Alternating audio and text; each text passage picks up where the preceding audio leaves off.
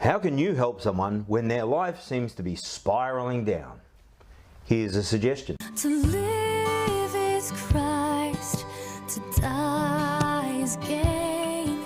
And this is my prayer, that your love may abound more and more in knowledge and depth of insight, so that you may be able to discern what is best and may be pure and blameless until the day of Christ.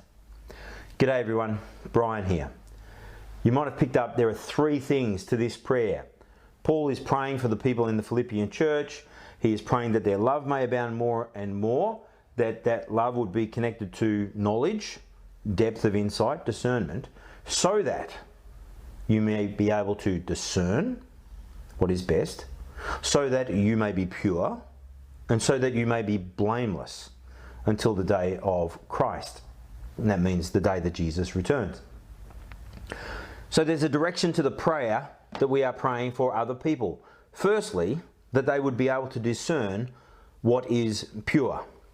How we want to be praying for people, that they would be able to discern what is right and what is wrong, what is from God and what is not from God. In church at the moment, we're going through 1 Samuel.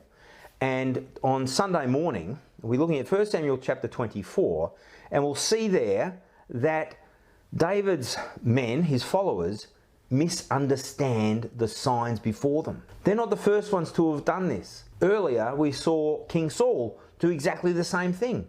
He misread the signs and believed that he had understood God's will, and he was wrong. The same with David's men, and very possibly the same with you and me.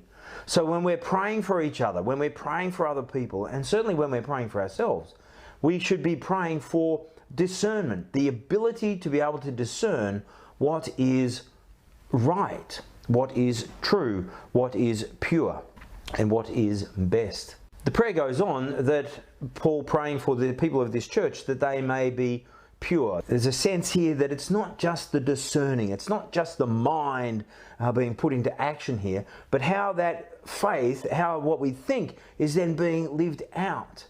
Are we living out a life of purity, sincerity, integrity? Or are we intellectual, theological boffins on one hand and complete bullheads on the other? We don't need to be that. In fact, these things should come together.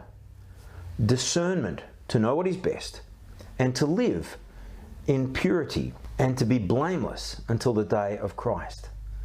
Here we are seeking holiness. We are seeking to be like Christ, and all through our life, from the moment of conversion to the moment of death, we continue that upward journey to holiness. And for sure, some of us will drop down at times and we'll feel our sin, but we're continuing this journey. And here's Paul's prayer for us, that we would find happiness in holiness, in purity and blamelessness until the return of Christ Jesus. Have a great day. I'll see you tomorrow, and we'll finish off this little section about prayer. Bye-bye.